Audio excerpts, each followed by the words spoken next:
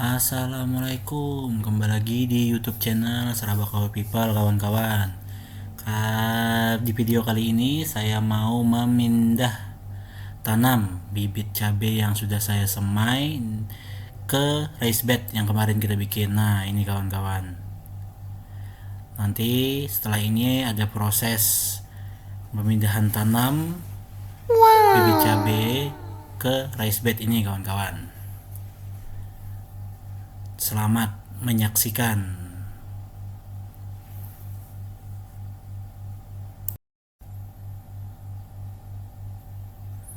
Di sini saya masih menambahkan media tanam ke dalam raised bed karena saya kira masih kurang media tanam kemarin yang sudah kita buat. Nanti videonya saya taruh di kanan atas kawan-kawan untuk video pembuatan raised bednya.